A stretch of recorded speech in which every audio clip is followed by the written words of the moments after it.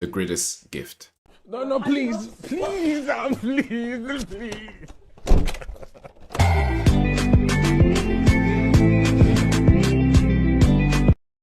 Yeah, so I'll do it one more time.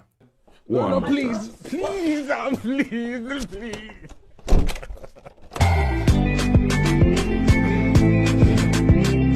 All right. Okay, so now what? Oh, hold up. Yeah, stop. All right, so I want to take a look at the comments, what people are saying, because again, this is meant for people, for us to watch. And let's take a look. So true, got the cancer. Anyway, I just want to show you guys how people feel about this. This is how I felt when my narcissist wife left.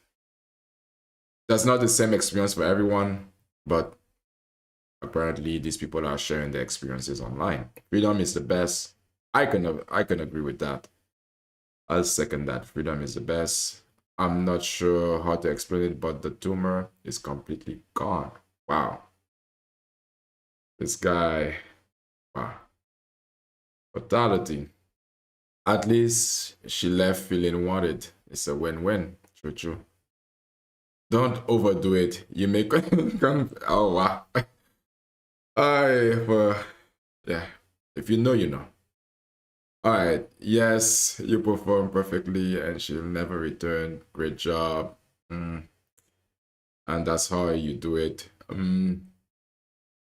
Yes, yes, yes. Lock lock that, lock that door.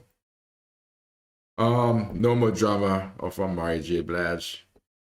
No more drama. Okay. Bro, party after party, best day of my life. This is hilarious. True. All right. Best days of my life. Yes. Okay. All right. So today, let's see. Look at this picture. I mean, doesn't it look so good? You know, this Cristiano Ronaldo with his wife, with his babies, oldest son, I think second oldest, daughters, and these beautiful guys, you know, and this something, you know, you wanna say like like seriously. It's beautiful, right? But the sad reality is not many of us can actually have the opportunity to have that in our lives. And I'm gonna tell you why, because research have now caught on with a different demographic, saying that the majority of us as adults, we're gonna be single for life, whether by choice or by circumstance of not having available people to choose from. You might hear my voice basically is not like normal cracking, like I have auto tune in my voice. I just like, yeah, I'm feeling, yeah, F that. So it's beautiful, right? Looking at this wholesome happiness and love and all of that. But today we're going to talk about what some people, okay, this is for later. We're going to talk about a reaction from a man, grown man, who has lived his life. And I think he's in his 40s, and he's going to react his regrets for not having a family. That's something that many of us can actually identify with, the regret of not having a family. And because when you look at this, it seems like all goodness, right? Love all around. I can imagine for him as Cristiano Ronaldo, one of the most known, wealthy. For him, I mean, I wouldn't say it's easy, but there are certain problems that he don't really have to think about ever, or he will never face ever. So that's in his advantage. That is his advantage. But what about the common people? What about just you and I, for example? What about people who are not as wealthy as he is? Let me tell you this. When it comes to relationships, not everybody gonna get one. That's the sad reality of it. Not everybody gonna be able to say I have somebody in my life that love me and that I love, and you know we share great moments together. we would think that a lot of there's a saying that there's someone for everybody, but the reality of it is it's not true. It sucks. It is like terrible news. Some might say it's negative, but it's the reality. And I'm gonna expose you. I'm gonna show you why. And let's start with first this. Chiz, you're not single anymore, Chiz. Huh? You're not single anymore. I'm single. You know? Yeah. No one could claim me. Wiz, no one could claim me. No one could claim me. Bro, I'm single. Single. Like where you lot go tumbleweed rolls through the house. Single and single. Single. How about you, Gabriel? How's your dating How life? about you? How's your dating life? At 40. Next week. It's actually not nice. I think I would have hoped that I would have been married by now. Even though I'm against marriage, I would have thought I'd have been in a family home with a wife, or even if not a wife, just a family. I've actually been dead serious. That's the part where I'm a bit disappointed in myself. I think by now I should have been in a family. That's the settled part. down. Little wife That's the picket game. fence. No, I'm being genuine. No. I didn't feel that I've definitely slacked on that part. I think I've definitely. We focus more on the grind and that we let everything else go by. Yeah, it's not good. And I understand. I've always been the one to say I've self-sabotaged when it comes to that. I'm the problem. Genuinely. Oh, wow. I mean, taking accountability is good. Taking accountability is necessary. Wow. Okay. This happened. Yeah, it is necessary.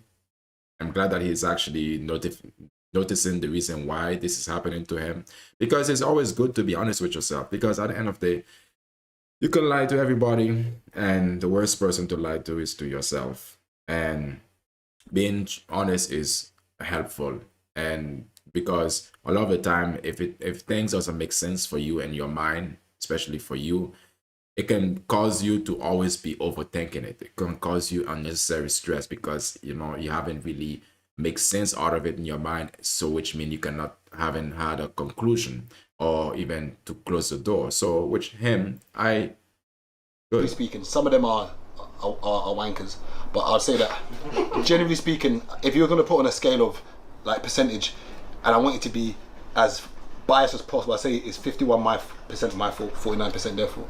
But it's probably wider than that. It's probably like maybe 80%. 80% your 80% my fault, 20% their fault. Yeah. Definitely, because one thing I've learned of all of my friends who've got girlfriends or partners or wives is that they say, Gabriel, the things you moan about, most, if not all women are going to moan about. So pick your poison. Like those things that our wives do the same thing. So if you're going to leave her because of that, you're going to leave every woman. So just accept it. So I think that's the only thing I would say that I wished that I would have been in at my age now, is in a family. Like, Okay. I've got. Yeah, because one of the things he says that when it comes to, as human beings, we share common traits and behaviors. There are some things, no matter what. A lot of the time, some people who are just so trying to be basically more powerful than the next, or trying to feel superior or put themselves in a superior position, try to create differences or try to put themselves in a pedestal, and or their group or their genetic and a pedestal higher than the next. Is hierarchy. But one thing is for sure is that as human beings, we share common trait. We are more common with each other than you might think. It doesn't matter it doesn't matter your race. Biology is biology. So now one of the things is that it is true, because a lot of the time, people tend to break up because of a lot of different reasons, but the main reasons are because maybe they are not satisfied, or I mean, that's very broad though, but really connecting to what he's saying is that the problem that you will meet with someone, or that you'll have with someone that you are in a relationship with, and you might think, okay, you might not have this problem with someone else, but problems are always issue. I mean, at the end of the day, it's not really problem. It's just difference of thinking, different ways of being, and expectations that are maybe unmet, or people are unable to meet. So I understand what you're saying is because he's saying that, okay, you could have broken up a relationship, but then for a certain reason, but then in the future you might meet someone, or you're highly likely to meet someone who does that same thing, who share that same negative thing that you really you don't want to tolerate. So I do understand what he mean. I do understand that, but a lot of people sometimes they are looking for something unique, but not realizing that some things we all share the same traits in some ways, or same behaviors, some way of being. Men are very much, we are very much close to each other in terms of a way of thinking, but also women, they are very much close to each other in terms of thinking and behaving. My woman, my kids, I'm doing family trips, that's to me is the height of growing up as a man, responsibility. And I think when you don't have the responsibility, it's my own opinion. I think you.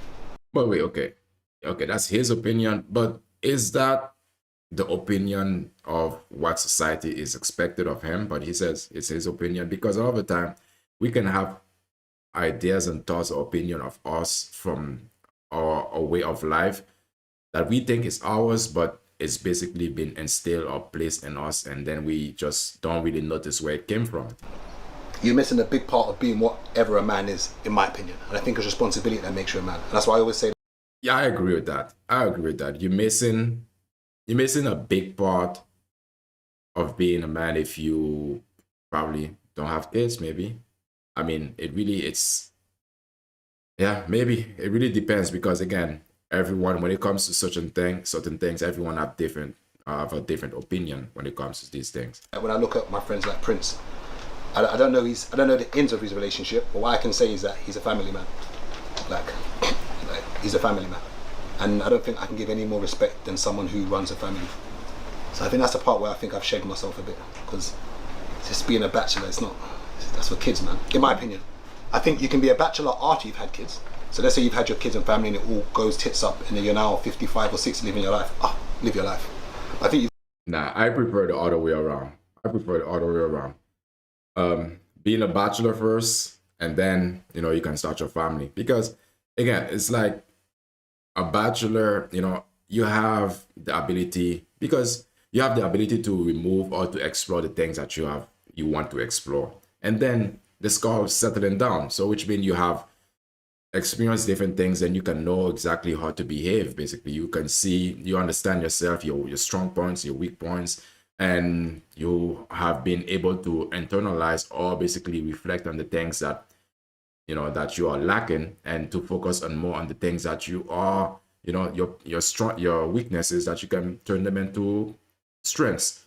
And this is my disagree with him. I see it the other way around. Got to have done it, and I think that's where up and say, because his way is like, okay, have a family and then be a bachelor.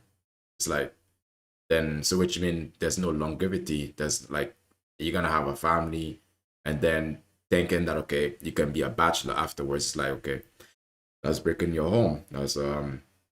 That's being somewhat irresponsible. He says you want to be responsible, or having a family for him as a man is being responsible. But yet, if you're gonna have a family and then become a bachelor afterwards, it's like, yeah. But I do understand what he's saying. He doesn't really want that, because at the end of the day, a relationship is, it's 1 and 2 person, meaning I might have my way, and the other person might have their way. So basically, it's like, it's not all on one person. The relationship is, whether if it's gonna continue or not, it depends on both person. So a lot of the time, it's pretty much, you don't really have control over it. I mean, as much as you might think, you don't. Put a mirror to my face and say, all this stuff you're doing, Gabriel, is great, but grow up, please. That's interesting. Because I imagine, like, I say grow up. you'd have to move pretty quickly. Yeah, He's going to get married and have kids and all that stuff now. It's a bit like, when you get someone who just keeps going to education and never gets a job because they don't want the responsibility of working, so they always do degrees, that degree, because they don't want a job. So just like me, for instance, you keep putting it off with some other excuse. You always find an excuse. Oh, I need to make more money. Oh, I need to do this. Oh, I need to do that. Bro, it will work. And the reality is, if you really want it, you'll make it work. Yeah, I agree with him. I agree with him in that sense. Yeah, it would work if you want to make it work. But again, when we look at this picture, or Ronaldo might want to make it work. What about her? What if she doesn't want to make it work? What then? Then what? Because again, when it comes to a relationship, the power is always 50-50 and a balance, I believe. It's not like the men have all the power. No, no. Even though when Cristiano Ronaldo and his wife is also successful, but even though, you know, the normal thing, men have to be mostly are expected to be more successful than the women. It is what it is. So although he is more successful than her, but the decision whether their relationship is gonna continue in the future is a mutual decision. She can decide, oh no, I don't want to do this anymore. She can decide, okay, I'm not happy, I'm out. And he can decide, I'm not happy, I'm out. So who have the power? Both of them have the power. Is it really he can want it to make it work, or she can want to make it work, but the other person don't want to make it work? So it's not very much cut and dry, direct to the point like that, like what he's saying. I think so. And if you're, I know we keep saying if you're the right woman, if you're with the right woman, she'll make it work with you too. You know, I think so. Again, a right one, a right woman. I mean, a right woman or right man. Is that really a thing? I don't think so. I don't think so. Really, do you guys think there's a right person for you? Because a lot of us can say we have met the right person, but it didn't really amount to anything, right? I mean, so why didn't it work, you know? I've not been in love like that to make these claims, but I think so, man. You can't be 40 and just doing bachelor. I just don't think it's, even like when man's going out now, a man's saying, the raves are too young. No, you're too old. The raves are not too young. You're old. Like if every rave you go to, you keep saying it's too young. It's not young. You're old. Go to the rave with your girl, or go like. That's why. That's it. We're just too old. Some of the places where the man mentioned he said he's also single. You know my opinion straight away. I'm like, too old. I'm not involved. Just be honest. We're too old. It's not like you can't like. The other day, one of my mates was saying that. Imagine a flyer was put in the group for an event. He said his son has sent him the same flyer to say this is where he wants to go. No chance. The flyer went in the group, and my mate said, hold on a minute. He then sent a screenshot of what his son sent him, the same flyer. His son's 18, 19. We're both contemplating going to the same place. Is he going as a chaperone? No, he's going to. We're too old. And that's what I said, we're meant to be doing family stuff now. That's what it's all about. What else is it all about? All this stuff you're doing for what? And when you brag about, we've all like, and I hate using the word smashed or beat, whatever. We've all sex girls. Like it's not. We've all done it. Show me the one that you can keep. We've all done it. Like it's not. It's just okay. Well done. Like yeah, she's buff. Okay, well done. You don't get no medals for that shit. Like come on, like don't get me wrong. You pat a man on the back. You said like, that with anger. Well, it's the truth, bro. It's the truth. What do you want to do? Bro, it's like keep one now. Like, keep you one. see that when you get older, yeah. Yeah. There's little things like. All right, listen up, you fellas. I mean, you boys who are younger than 40 years old. Listen up. Maybe you might learn something from this, or you can just, realize, okay, these guys are going through what they call a midlife crisis, or a moment of deep reflection on their lives, and they probably want to take a different direction when it comes to their future. But let's hear what he's gonna say. So back in the day, when I had my first car, then I remember like 06, I had my first car. I would drive far. Then even when I didn't have my car for a bit, for like 6 years when I wasn't driving, bro, I would teleport from my house to like Harrow to link a girl. Now, you think you can get me to Streatham from here? There's no purpose. Yeah. You get what I'm saying? I wouldn't even come out my house. I'll get a bird call. I'll look at my phone and I'll be like, what am I gonna do now, man? You want me to get in my tracksuit, jump in my car, busting up, then drive back and be having like what do you call it, man? That drive home is. PNS. Yeah, I'm like post not clarity. Oh, PNC. Yeah, I'm like I don't. Yeah, I'd rather not. You know what I mean? Like now. Alright, so when you have the post-nut clarity, so that drive home now, Yeah. what are you thinking about? Huh? What are the thoughts that are going through your mind when you're driving back home? I got to be up early in the morning. I should be asleep. Yeah, I mean, seriously, when we are younger, we just, and not only that we have more energy, but also that's something to do with testosterone. Like, yeah, it's basically a lot of different things. It's not just testosterone, the hormone that make us more, willing to, it's not about, well, in this case, it's not about taking risk. Well, maybe a little bit, because only the risk is of being at work in the morning, the following day, and you're exhausted because you decided not to go to sleep on time. But more of maturity, realizing, okay, when you know what to expect, and this is one of the reasons also that tends to break up most relationship, of the expectation, knowing already what's gonna happen. And some people might want things to be fresh or unexpected, to be surprising. But it's like some people can get tired of the routine. But for him, for example, you already know what to expect. You already know what could happen. And it becomes more like a calculation of whether is it really worth it, because it's not his first time. He's done it already, and he know what can happen. And some might say it's because of low testosterone. It's not only that. It's a combination of different activities that come together that bring him to this reasoning. But I would really like to hear. But when you're younger, you don't need no sleep. You get what I'm saying? When you're younger, he would tell you car from warehouse days. We'll be out Thursday, Friday, Saturday, Sunday.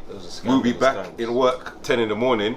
But in between the time we were out, you're probably gonna link. We would be in at 12 still. Yeah, because it was different. Yeah, it was. Yeah. You know what I mean? But the thing is, you've done a whole madness, being out all night, and you were still able to function. Now, I regret that I was a lose.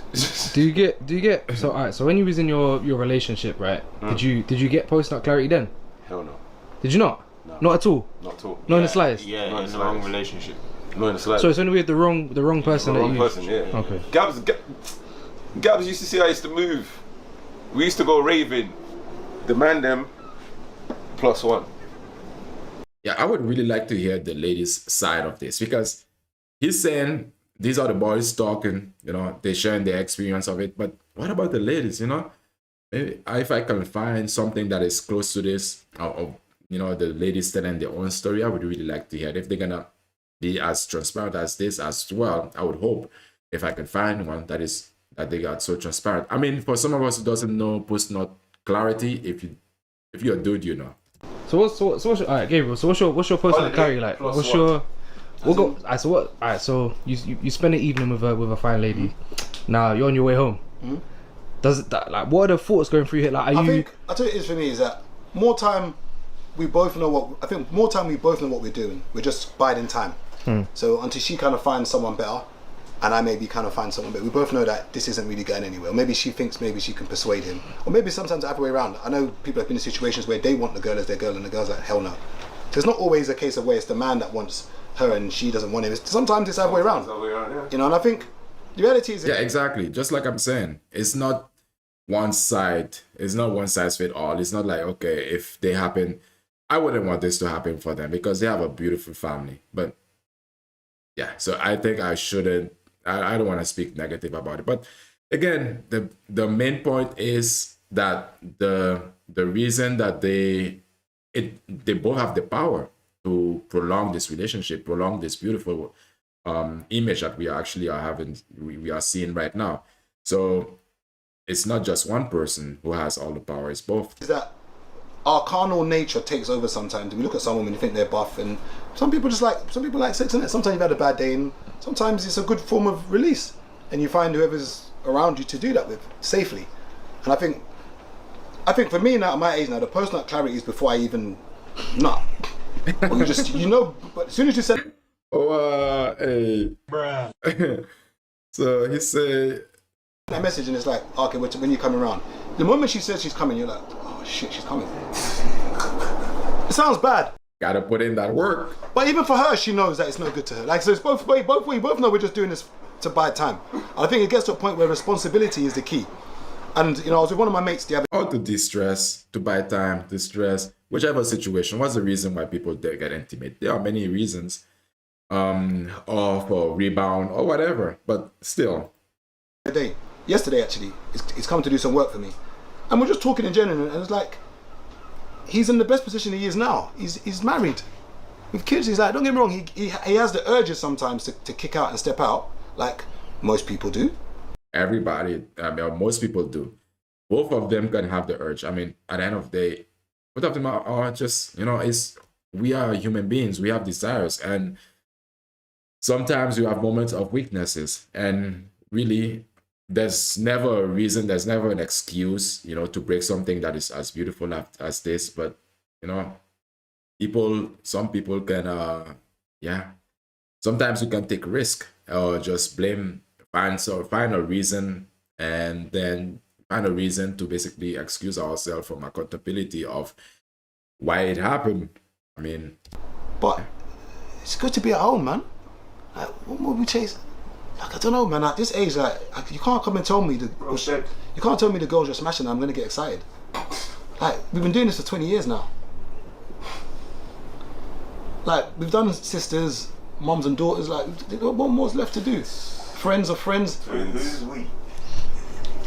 You're involved as well. Don't try and don't try and change the narrative. I'm not involved. You're involved, bro. No, well, he's a good guy. Okay, you're part of we. I was just asking who's we. The Leo conglomerate. He's the good guy. But whatever it is. He said he's a good guy, and they're saying like,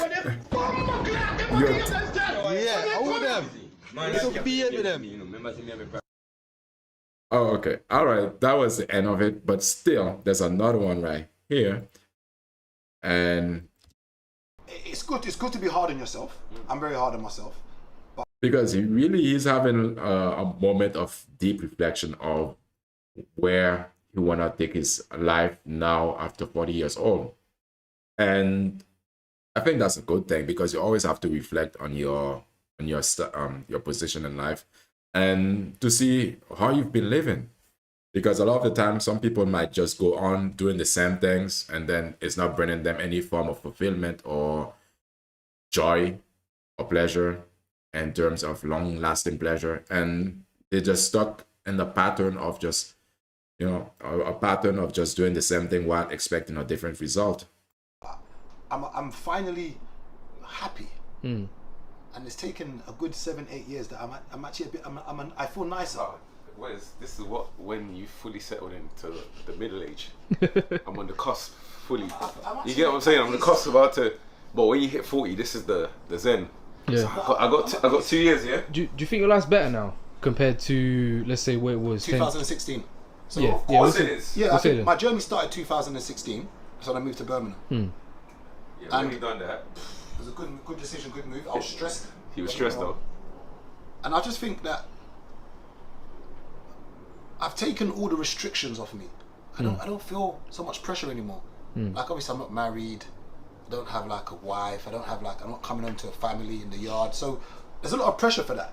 Don't get me wrong. There's like, I've woke up and I've come home sometimes. I'm like, rotted, like, you ain't got a family, bro. Like, you don't have like a family unit. I've got like my family. You don't have like a family unit, like where you're taking your wife or your kids on holiday, doing like the stuff I believe at my age I'm supposed to be doing. And I'm not going to put an age on it, but I said I've gone on party holidays, and I've been at the beach side or the pool side, and I'm talking to men, and then I'm telling them my age, and they're telling me they're 27, 26. I'm like, rotted. Like, we're on the same thing. We're both at the pool doing hey. And don't get me wrong, enjoyment shouldn't end, because people like to put enjoyment a cap on it, saying, you're 40, you shouldn't do this. There's a video I saw just now of some brother at a 50 Cent concert wearing like one of the G-Unit vests, and he's having the time of his life. White do-rag underneath the hat. He was delivering his wife. It is true though. There's no basically a limit, an age limit that you should, stop having fun and stop enjoying yourself. Because I mean, of course, it has to be a different location. Sometimes we have to evolve from different locations, location to location, because that's very important. But it shouldn't be okay. Oh, you're older, or you are mature now. You should be very stuck up. You should be more serious and all of that. Like, no, you gotta enjoy yourself. You gotta laugh. You gotta be, you gotta be lightheaded because a lot of the time, some people a lot of us are living again on terms of what people expect of us or what society expects of us. You gotta live according to your rules because at the end of the day, when you are going through some nonsense or some nonsense or bullshit, for example, you're gonna be the one to suffer the most. And if you haven't prioritized you enjoying yourself, when you can or as much as you can, yeah. I mean, I'm not saying in a way to do it in a way that you enjoying too much and you're not really basically taking the things that you should be taking in your life seriously. But again, you gotta live life and you gotta be lightheaded sometimes, meaning not taking things so serious. Because again, a lot of the things that we are taking or we seen as so serious right now in our life, or the things that are stressing you out right now in your life might not even matter maybe tomorrow or next year. That's why a lot of the time, when something is troubling you, when something is stressing you out, you gotta really consider, is it like, do you really want to be stressed? So, because again, even in research they say this new study I was checking out, I think this last week, but it's something that I know also. You can also reflect on that on yourself or on your personal life. Think about the thing that you've been stressed about, and you can really reflect and know, okay, wait, it didn't really happen. I was worried about this and that, whatever situation that you, or whatever situation that you were playing on and on in your mind that was causing you to just basically taking away you from your moment of enjoying yourself or the moment of being in the moment or being in the present, with people that you care about or possibly love. So really, the study says 85% of the things that is stressing you out or that you worry about or that's causing you to be emotionally or mentally heavy won't really matter in the long term. Meaning a lot of it you won't really think about it. It's just right now you're feeling that, you catastrophizing it, you're making it bigger than it is in your mind, or just maybe with people or friends who are just, keep feeding it. Because again, a lot of the time, what we feed with our attention will grow. So whether if it's positive or negative, still gonna grow. It's the same principle. So that should really be a reminder for you, or for right now as you're watching this, the things that are really stressing you out, that is causing you emotional heaviness, mental heaviness, really, just put it down. Seriously. Because a lot of the time we have fights in our mind and expectation of what the future could be. And a lot of the time it's doom and gloom. And a lot of the time these things don't happen. Really, a lot of the time they really don't happen. So that's why just try your best to live in the moment and address issues or problem as they come. And if you can't address it, if you find, okay, what can you do about this? And you find, okay, after you thought about it and you realize that there's nothing you can really do, just let it go. Really, just let it go, because it really won't matter. It really won't matter. And there are different things. In the long scheme of things, it really won't matter. Okay, hello. The more we don't want something in our mind, the more it comes. Yeah, I do understand that. Okay, you know what you can do also, because Richard X, what you could do as well is accept it. Because a lot of the time when we try to fight, because remember what I just said, when the more you feed something, whether it's positive or negative, it's gonna continuously grow. So which means what you could do is to accept it. Don't fight it. Don't say you don't want it in your mind. Just accept it. Play with it. Play with it in your mind. And basically, I say play with it. Don't take it serious. because a lot of the time when you try to, think about when your parents or when somebody tell you can't do something or you shouldn't do that. So it, or don't do it. It actually mean in your mind, sometimes for some people, it actually mean do it. It creates some form of intrigueness into it. Like you really want to do it. So this is why if you just in that sense, if you just accept it, just okay, you have something in your mind, just accept it. Yeah, okay, I have that in my mind. And your mind, just watch your mind go on and think about it and just observe it and just think, okay, tell your mind, you have to have this inner talk about with yourself, because all of us, I mean, not all of us, because there are some people who say they don't have no inner thoughts, like this voice in our minds, that continuously, when you are not opening your mouth, you can actually hear your voice. And some people don't have that to say. Some people don't, just quiet. They need to talk in order to think. But we can think quietly, majority of us, if not all. So don't fight it, really. Don't fight it. Just accept it. Just make sense out of it. I don't know, Richard, if you can maybe point out what the situation is precisely, maybe I can give you an example how that is actually being done. But when you try to fight your mind or an idea or whatever topic that's in your mind, you try to fight it, is the more it's gonna be expanding, because you're gonna try to expand it, because the more you try to fight it or think about it, you're gonna try to create different connections, different avenues. The more connection you create, the more your mind, our minds are very creative at creating different scenarios. So the more scenarios is gonna grow. Think about a web, it's gonna keep expanding. But the more you accept it, you can accept it, say, oh, you just think in yourself, tell your mind, oh, okay, oh, that's pretty creative. You really just receive it. Be like sand. You put your foot or hand in sand, and then it just absorbs. It doesn't fight the pressure. It just take the print, and then it just move forward. That's it. And when you die, all you have is memories. Yeah, Richard X, if you have an example for me, that will be give me more clarity, and we can address this together. That's all you keep is your memories. And I always say to people, take as much pictures with your loved ones and friends as possible, because all you have when they pass is the memories, the pictures, the videos, and you can reminisce and go back at that. And I think I'm only at peace now because I've taken a few restrictions off myself. I'm not as hard on myself on things that I believe I should have achieved. I try to be fair and balanced and look at the world in general. Okay, so you are right about what you are saying. However, my mind always finds something new.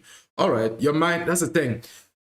You have to congratulate yourself like that. So your mind, you gotta see it. Sometimes it's gonna be, you can see it as your enemy, but you can see it as the greatest friend, because it is, in a way, trying to protect you or trying to warn you, or basically, think about it. It's just basically it's being active.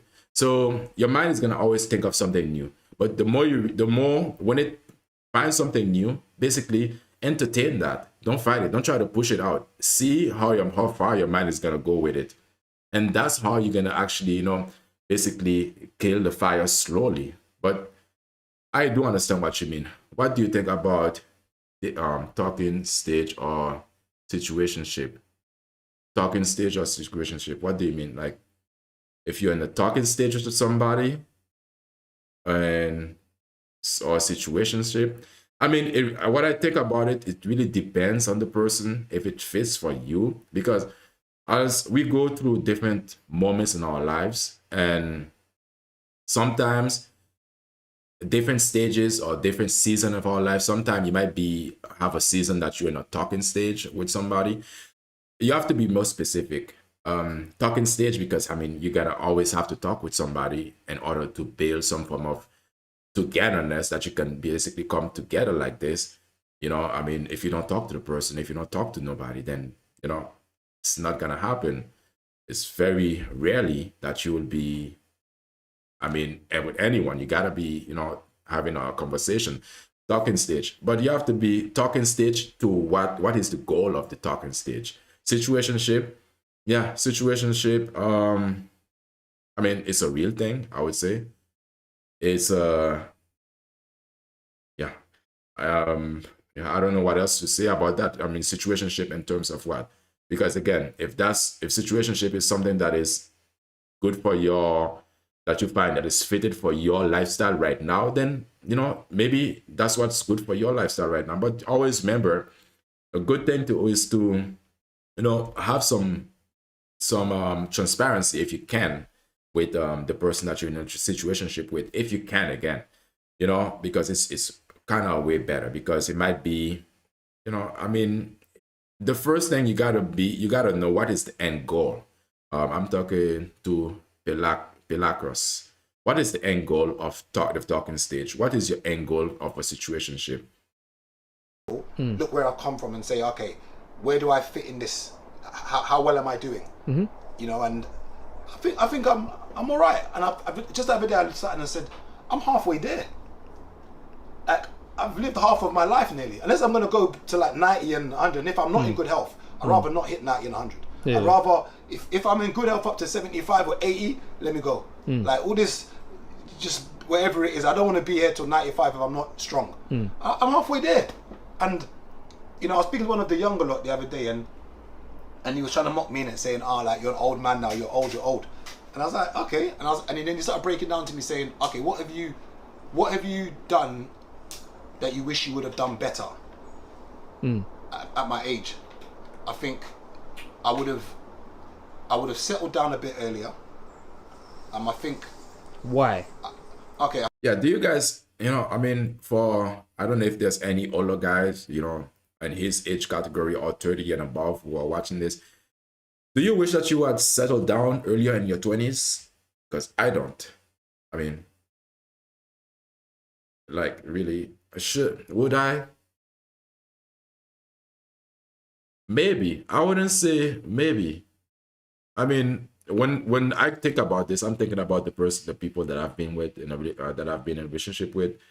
I mean, maybe, but I guess that wasn't my story. So I get, because it's not happening. I think we always tend to think we're going to be in our prime forever. Yeah. And I'm talking just for men. Yeah. I'm not talking for women. Yeah, of course. And I think the problem for me was that as I got older, I think I said to myself, time isn't going to run out. Yeah. And just looking at 2016 to now, that's like 9 years. It's gone so quick. Yeah. It's taken 9 years of my life. 9 years, that's 7 years. Is it 9? Is it 7? 7. My math sometimes is all over. Yeah. It's 7 years. Green maths. It's 7 years it's taken away from my life. 7 years. Yeah. And is it 7? Wait, 4? Yeah, 7 years. Yeah. Yeah, maths is my thing. And I'm sitting there like, Your words are maths. and I'm sitting there like, Come on, boy. I probably should have settled down or attempted to settle down and not be doing Jair and Gragra then. Okay. Because you got to bear this in mind now is that if I want to have like say a family of 4 kids or whatever, let's say whatever it is, when am I going to start doing that? So would you say knowing when to like retire is a skill? Very important. Because like to liken it to like sports and like boxing, for example, like there's a couple fighters that shouldn't have returned to fighting, and then they get back in and they get punched up, and they tarnish their whole legacy. Jr. He should have just tapped out when he needed to tap out. Yeah. And I think where you fit, but the other flip side to it is that I don't think I was ready. And when sometimes women will get onto men saying, why did they always say they're not ready to settle down? When you're not at peace with yourself, whether it's financially, emotionally, spiritually, as a guy, I don't think you can give peace to anybody else. Facts. Oh wow. So I'm gonna facts. Really true. I started this stream talking about the greatest gift, and the greatest gift was this right here. No, please, please.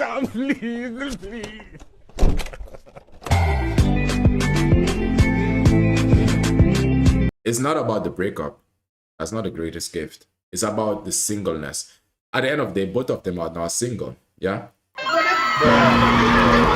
go. Yeah, all of them. You could be into them.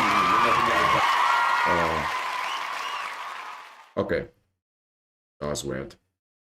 So it's not about the fact that it's not about the breakup. It's about their singleness. That now they have the opportunity to build themselves, to better themselves, and to who they are, to make themselves more attractive. Because at the end of the day, if only we were, but we aren't born with everything that we need to be to in order to be attractive. So this is what actually he's saying. So I do understand you gotta make yourself ready for for long-term commitment, because again there's a lot of people who are doing this who are not really ready for long-term commitment, or there are some people who are. But again, I can relate to what he's saying, meaning that you have to make yourself ready first in order so you can, you know, basically you can restrict yourself from having a lot of problems. Just like my boy Cristiano Ronaldo, you know, when he was, for those of us who follow his life, when he was younger, when he just started out, I mean, he was not as right now is defined, but that took a long process for him to actually become so defined and sort and settle, meaning that now he's very compacted. He's very much, his identity has been solidified. Now, I mean, so a lot of problems that could have been happening between them two, it's never gonna exist, because he, not only that he have the maturity to know how to handle it, and so does her. I don't know much about her to say, so I can speak on what I know only, which is Cristiano CR7. And at the very beginning, he has had a lot of success and a lot of failures in terms of relationship, but now I can say this is the ultimate success for him right now. You know what's crazy though? I don't think you can. You know what's crazy, Gabs? I think whatever would have come at whatever time, yeah, I think we would have found a way to adapt. I agree. Yeah. Definitely. You would have made it work. You'd have made it work. Yes. You'd have found a way to make it work. So could that be my issue? Is that I'm always trying to make a situation perfect. I agree with that. Like he could have found a way, look for a way to make it work. But again, he's saying he could have found a way to make it work. Again, it's not only on him, because when we look here, the reality of it, these are two adults. He can want to make it work, and she might not want to make it work, or she might want to make it work and he don't want to make it work. So I do understand that, but we have to be realistic in terms of not putting all the responsibility on you only, on yourself only, to make something that two people come into work, because that's a lot of pressure you put on yourself. Pressure that is somewhat not so close to reality, because again, the reality is both of them have a say whether yes or no that their relationship, their marriage rather, are gonna be pushed to the future. Not only him, it's not only on him, or it's not only on her, it's on both of them. Some people might say, I mean, I don't want to talk, the kids don't have nothing to do with this really. I mean, we're gonna focus on the main thing. All right, so I think I have, let me check what okay, Richard X says, I'm curious about your thoughts on this. Let's say something bothers my mind, and I take a moment to talk to myself, explain whatever it is so I can feel better. Sometimes it helps, but later it can come back and attack me with the same stuff. So my explaining, talking to myself was nothing. My mind is like, forget what I said to myself. Yeah, because don't expect, again, the worst thing is that as human beings, sometimes we expect situation to happen like this.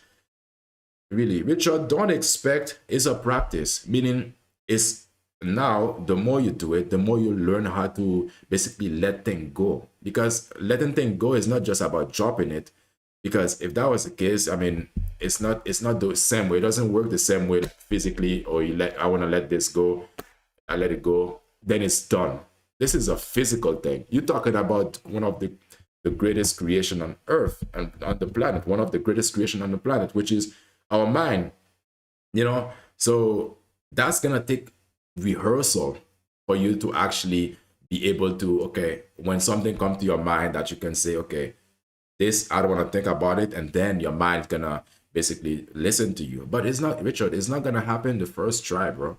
Really, it's not. I mean, I wish it was like that. I wish you could have said, basically, it works like a switch, a light switch. You could say, okay, I don't want to think about this, and it's over. But unluckily, unfortunately, it doesn't work like that for almost neither one of us. If one of you are in this chat or this watching this video, who not watching this stream, who actually can shut off something in their mind, say, I don't want to think about this. You tell yourself you don't want to think about it, and then all of a sudden it stop. I'm really curious to hear if somebody have that's I would say superpower, because majority of us, majority of the time, if we have something in our mind, it just keep going. It just keep going. And I'm saying, if it keeps going, just look at it as it's a movie. Just observe it. Just keep watching it. Just keep listening to it. You know, see where it's gonna take you. Most thing is like, try not to fight it, because if you try to fight it, it's like you're giving it more air to breathe. And see it as comedy. See it really. That's gonna definitely help you. Again, so if something is bothering you, again, you have to identify what can you do with this thing that is bothering you, Richard. Is it something that you probably need to address? Because again, if you're not addressing some things that are bothering you, and when you need to take action, you have to really identify if you can take action, first of all, if you must take action. Let's say, for example, I'll give you an example. Richard, maybe you can tell me of what example. Let's say, for example, you receive a bill, yeah, a bill. What else? Maybe a telephone bill, yeah, and it says you have to pay, or because I don't know, you didn't pay for some reason, and it says you have to pay. That shouldn't be something in your thoughts. I mean, the only thing that should be in your thought is, I need to pay now, or if you don't have the money, that, okay, what's the next action you gotta take? Because a lot of the time, is some things like that in the physical realm, it's more action, because you gotta take action, right? Because in some companies, if you don't pay, the bill is gonna go higher, and you're gonna get fined. It's gonna go higher. So which means you have to pay. You must take action. So you gotta learn so how to identify things that you need to take action. So it might be you might not have the money now. So what's the next action you gotta take? You gotta call the company and explain to them. Ask for an extension, for example. That's taking action. Or maybe you might need to borrow the money, for example. That's solution. And sometimes you might not know what the solutions are, but what you could do is long time ago. Okay.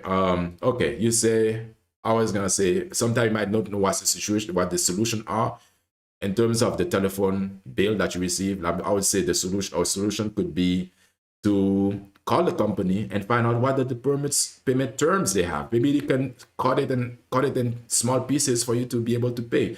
But Richard, you said, Richard X says, it can even be that someone did me wrong long time ago. Okay. All right. I can assure you, almost all of us have experienced this. I'm vengeful. Okay. All right. I mean, do you want to take revenge? I mean, that's really up to you. You got to really calculate if it's really worth it to take revenge, because they say the best revenge, a lot of the time, they say the best revenge is to make yourself better. And sometimes, to be honest, sometimes that might not be enough. Sometimes that might not be enough. But revenge is very much a delicate thing, because there's a lot of different saying that if you're gonna take revenge, you gotta always try to prepare, let's say, revenge for yourself, because a lot of the time you can take revenge and then end up fucking yourself over. You really gotta identify if revenge is something that you wanna take, and maybe, I mean, you have to exercise different scenarios. Maybe revenge might close the deal for you. maybe revenge might make you feel that, okay, I've taken revenge. Now, like now I can rest. Like Thanos said. Basically, maybe I'm not saying to do it. I'm not saying not to do it, but you gotta actually know if it's worth it, if it's necessary. Calculate the risk. Calculate the things that you would gain versus the thing that you could lose for that. But again, revenge is part of life. But okay, because you wanna take revenge on someone who have done you wrong. Yeah, sometimes you just gotta let it go, bro. Sometimes you really just gotta let it go because sometimes you might waste your life, or yeah, you might waste your life, your energy, and attention of on taking revenge.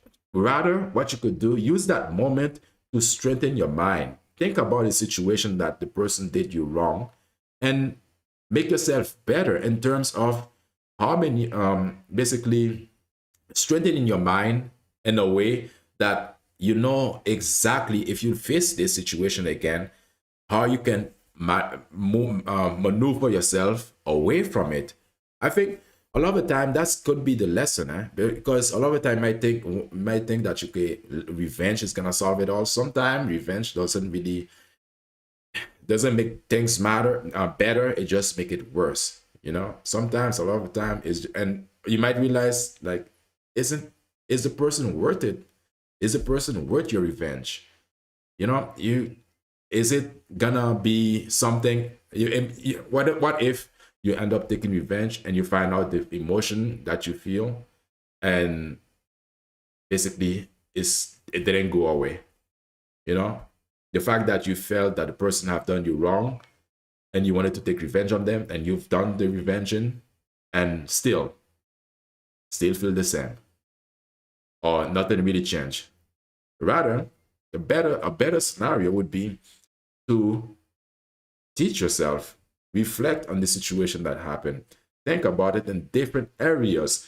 Think about it in different areas. How could have you avoided that? And basically, what have you done wrong? And what did the person did? This you can actually, basically reflect on it, because reflection is very much important, because it helps you to regrow, to not only to make new connection in your mind, but to grow your identity. Because again, it might mean that you are lacking in some way. It might mean that. Or it might mean that the person was a shady person. I did a video, a stream yesterday talking about sociopath. You might have dealt with a sociopath, because these people all the time, they are just out for themselves. So again, you say exactly, I've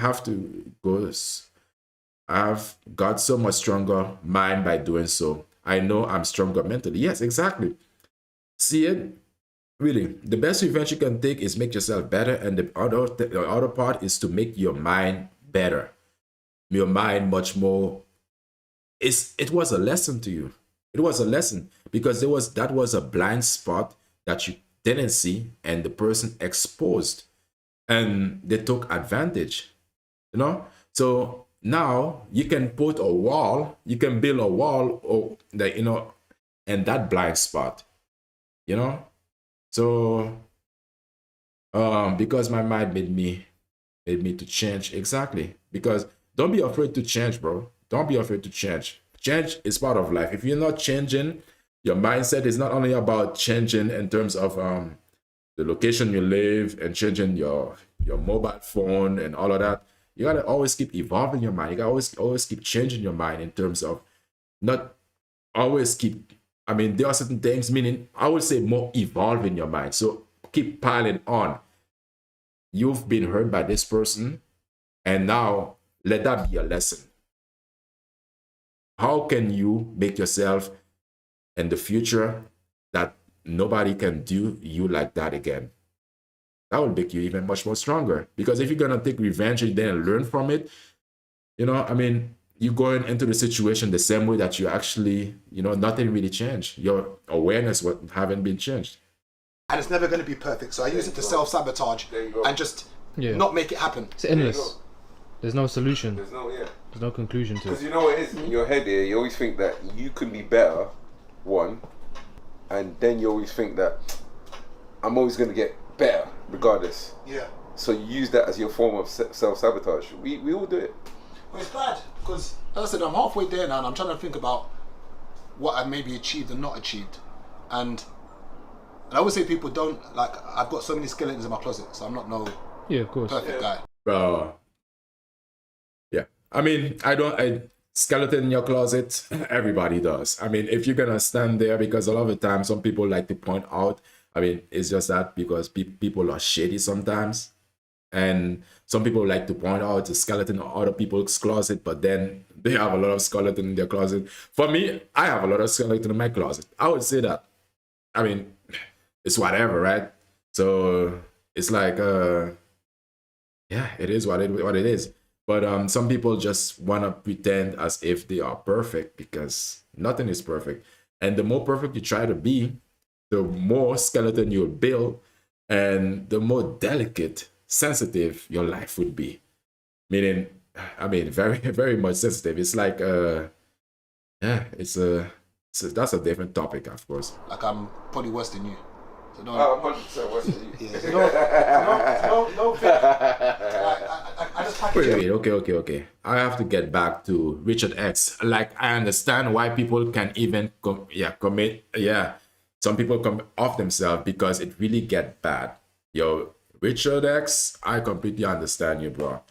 Really, I really understand you. And do not to take yourself off this planet. I would say, don't do it, bro. Don't do it, bro. Nobody should do that because, again, it's like when you know. I mean, I'm not saying you, Richard, because obviously I think you are resilient. Because again, you are resilient. I mean, a lot of the time we tend to forget people are not always looking out for your best interest. You gotta put your own interest. It's called self-interest, right? Interest of the self. So I do understand sometimes as human beings, we crave a lot of different emotions and a lot of different, to be accepted, of course, but we crave to project ourselves, our need onto someone else, and then expect or wish that the other person would see us from the inside for who we are, and they would honor it. They will try to basically guard it or protect it. But I mean, I wouldn't say people are shitty, but sometimes people are not mature enough, or they don't have the understanding, or sometimes they are just shitty. Yeah. So, I mean, first thing you gotta do is forget yourself. Basically, bro, don't be so hard on yourself all the time. I'm not saying, okay, let me put it like this. Don't be so hard on yourself all the time, but do be hard on yourself. Because again, the reason why you probably want to take revenge, I mean, because the brain have been, you've been hurt so bad. It's so, the cut has been so deep. So you want to basically heal. But just a lot of the time, you just got to go, you got to see it as a scar, and you got to learn, okay, not to basically, how to look out for it. Now you have a knowledge that if this is gonna happen, the signals of, how these people behave. You have a high understanding of behavior, because a lot of the time we can learn by the goodness of reading or listening to what I'm saying, but we have to learn also. Sometimes, the majority of the time, we learn by negative experiences. So really, I do know a lot of people have really take themselves off because of that, and it's really terrible that they would go to that drastic extreme. But I do understand why they would do it. But I would definitely suggest that right now, life is always by a season, because there's a good moment. There are good moments. There are not so good moments. They are better. It's like, you gotta try to be mentally resilient. That's the main thing. Mentally resilient, because it's not gonna break you. It's not. as long as you stay mentally resilient, think about different ways that this could have gone, but more importantly, think about what have you learned from the situation? How could you shift yourself into a different person that if this situation shows up again, that you will know, okay, hey, get out of my way, you know, or you wouldn't entertain it. Make it look good. Trust me, I'm not no saint or anything. And I just sit there and say, what would I have done different, you know, if I could spin the clock back? And I think the only thing... Richard, I got a question for you. Richard X, are you subscribed? When this young boy asked me, oh, it's your birthday now, what would you have done different? I'd probably would have settled down a lot earlier. I probably would have done that a lot earlier because of the stability it gives you. And at this age now, the respect I give to men who have a family is more than anything. For a man who's genuinely running a home, and with all the pressure financially, his time, his resources, having to make sure that he's the captain of that ship. I don't think there's any more reward you can give a man than running a family. So there's no, and when I meet guys, especially when it comes to business, and they tell me they're married, they tell me they've got a family, I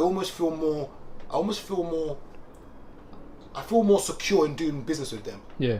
Because I appreciate it, Richard X, for subscribing. You got a family. He may do stuff outside of the family. I don't know. No. I feel this differently when like with what he says, like when a man have a family, he has a different level of respect for them, because it's not always the case. I mean, because again, that just remember that a lot of the time people are living double lives, and it's not that it's automatically a bad thing, but it's just the way it is. Let me try to fix this right now. So there's nothing I can do. I think it's gonna have to stay like this. All right, I think that's enough. How you see how the US Embassy felt about you? What's that? You get what I'm saying? But you get, because they feel like you're gonna. But if you was, I think. There you go. I think that's where I'm at now, where a lot of stuff doesn't really matter. All of the stuff that like we're doing, of course you've got to achieve, but ultimately it's your legacy and your family. Do you think you'd be in the same place mentally if you weren't as successful as you are? Like if you were still in the trenches, like if you was making, I don't know, 35 a year doing. I think some, and I'm going to talk for me. Of course. I was fortunate to get a loan, and everybody. I'm going to say everybody. Everybody has a capacity to make money. Yeah. I'm going to make everybody. A lot of it is just a lack of access. Facts. A lot of access, and a lot of that has to do with access to people, to the right person. Guys, that's 100% truth, because it's all about access. Who you know, or who's gonna say yes to you. I'm no smarter than you. Is that access to knowledge, or is it resource? Like, what is access to people and access to money.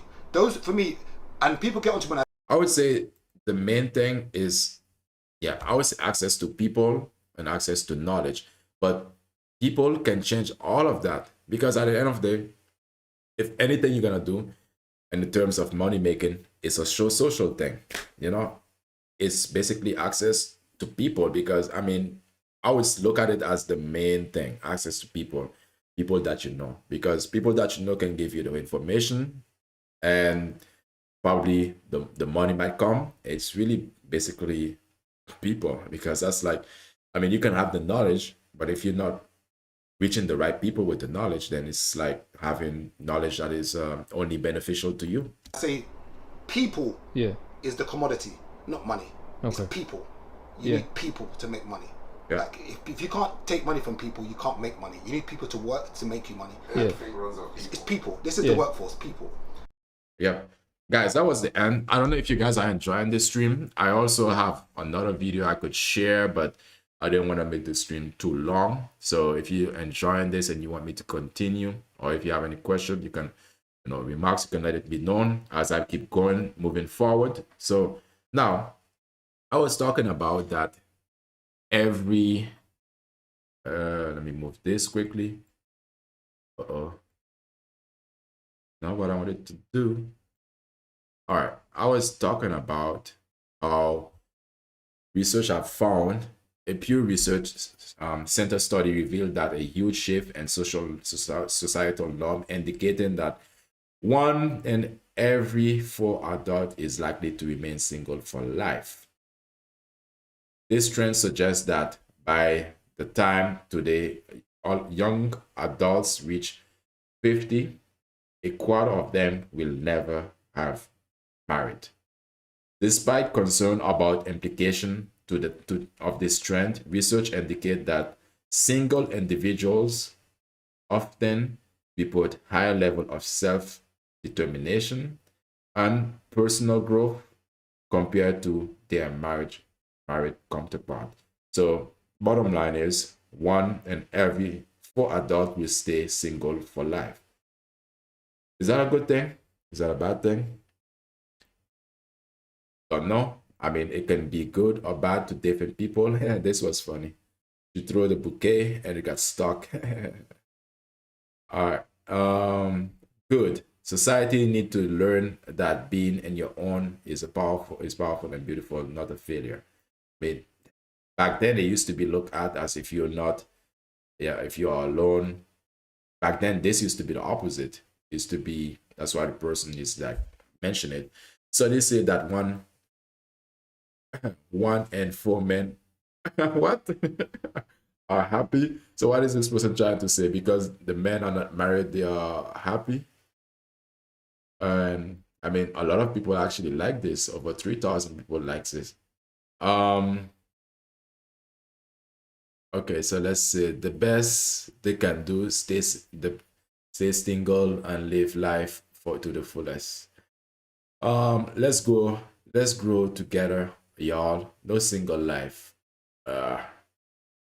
It's me. I'm the one, and okay, out of 4, 3 out of 4 are getting divorced pretty soon. Yeah, no, that's me. 1 out of 4, but still believe and love. Okay, all right. God is preparing my soulmate while I continue working on me. All right. Wish you luck. Caught me in. All right. And she lived happily ever after. Okay. I think happily ever after was a duo, not a single thing. Some of us are striving solo, living life to the fullest, chasing goals. Okay, so it's pretty much you see what people, okay, Patrick crying. I mean, who made Patrick cry? Like, how can you be such an evil person? Making Patrick cry. No Roman, no cry.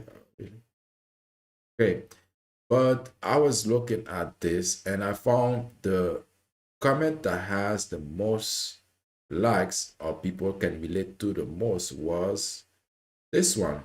Studies say that 1 in 4 men are happy. So let's take a look at this. Because they are single, they can date is that the bear? Oh, they can date is that a bear? I thought it was a cat. Wait, let me just zoom in quickly. Okay. Oh, it's a bear. They can date a bear.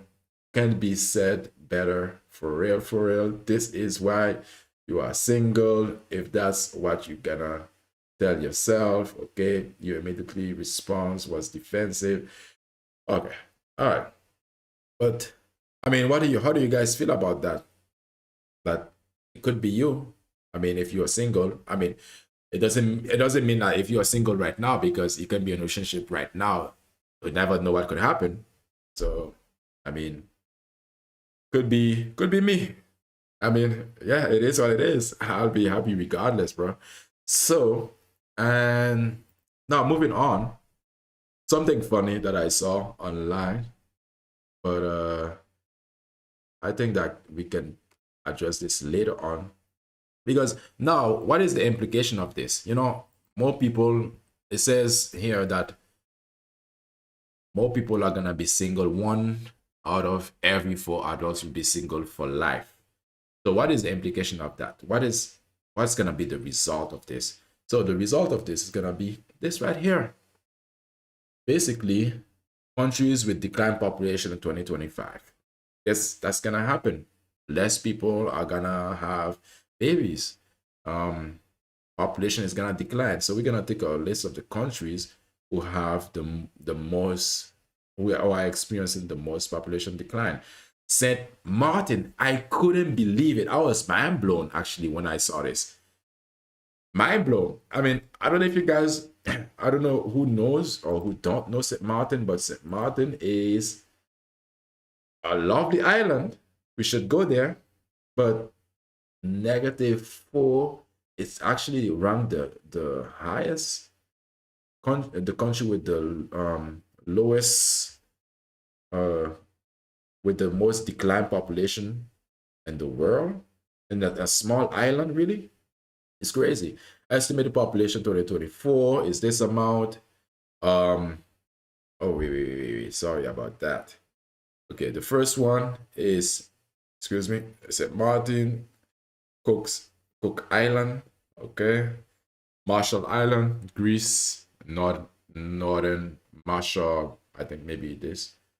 All right, St. Martin. We have the full chart here. I don't know if your country happened to be here.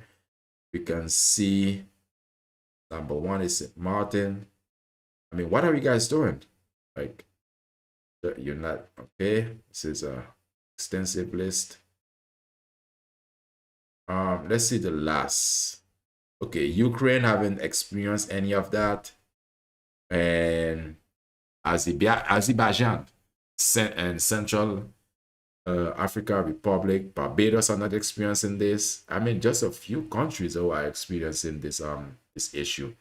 So meaning not having enough people to replace them. It's crazy. Okay, let's see. All right, Richard, you say everything has a plus and a negative. Facts. Everything. I mean, everything have a plus and negative. Everything. So now moving on. So I just want to finish off. We're gonna finish with this. Yeah, it's very sad. Very sad because you wouldn't expect it.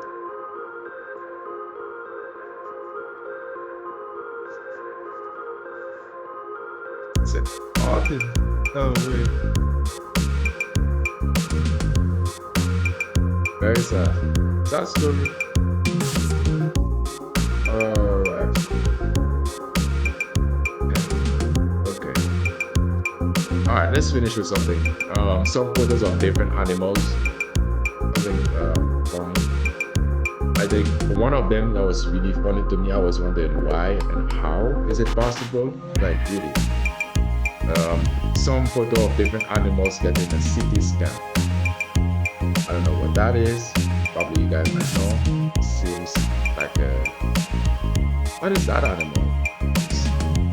Anyway, a bear, panda, Honda, a horse. Wow, that's a lot they have to do for a horse. A fish, bro. How is that possible, bro? I understand they just put anesthesia on the fish, and I mean, maybe it's the sponge. Maybe the sponge is wet. This is SpongeBob here, and who is this? Sandy. Yeah. How is that possible? Really? Let me just zoom in, and you know, fish don't have eyelids, do they? Or this one, like, is it like under anesthetic, and then eyes wide open or what?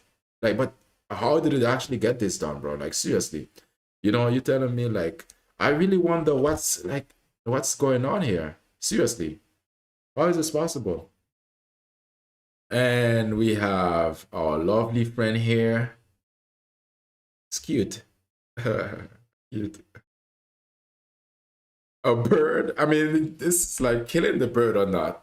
Like check out, like, tape right there on the neck.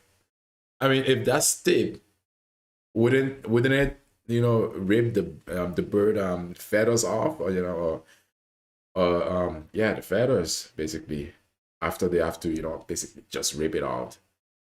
A bird, seriously? A snake? Wow. What are they looking for though? CT scan?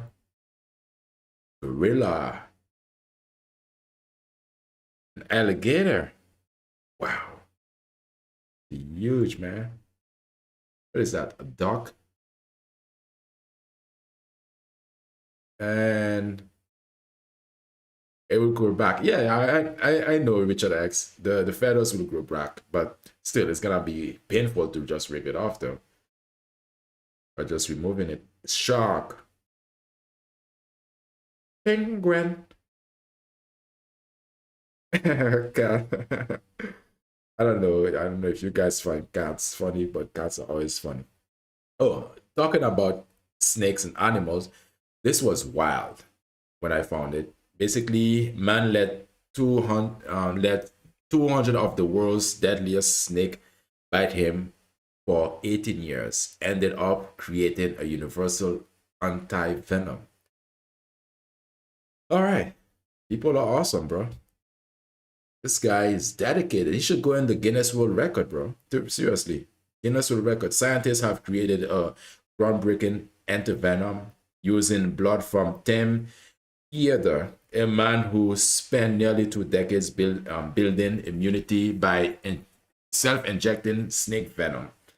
Over the years, Freddy exposed himself to more than 700 doses of venom from some of the world's most dangerous snakes, such as cobra, black mamba, rattlesnake, and tiampans,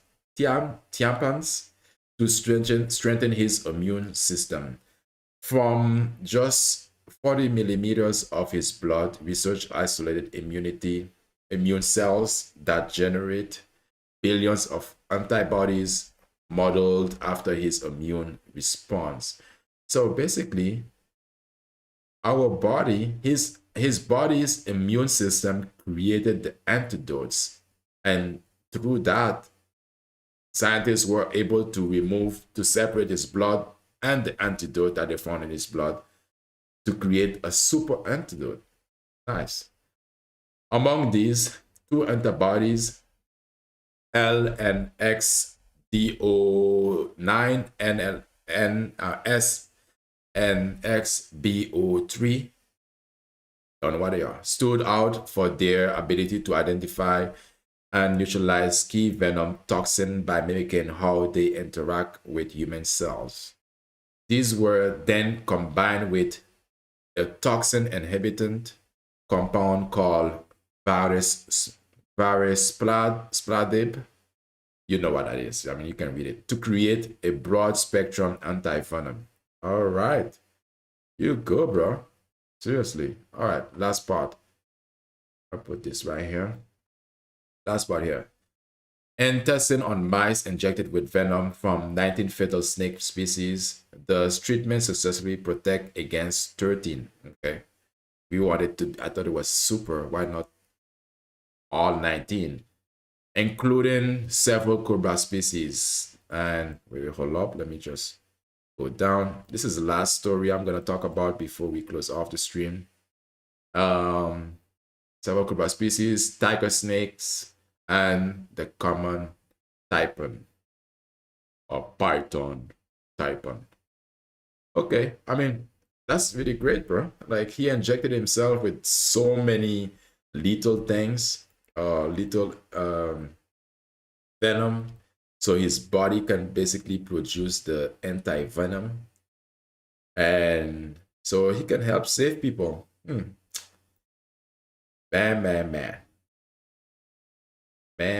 This is our boy right there. I mean, we gotta give it up for Tim Theodore. I mean, we gotta give it up for him. Seriously, we gotta give it up for him. Really. Give it up for him. Give it up. Alright, guys, that was it. See you guys tomorrow. And yeah. Like the stream, subscribe to the channel, And like I always say at this time, I'll see you in the next one. Peace.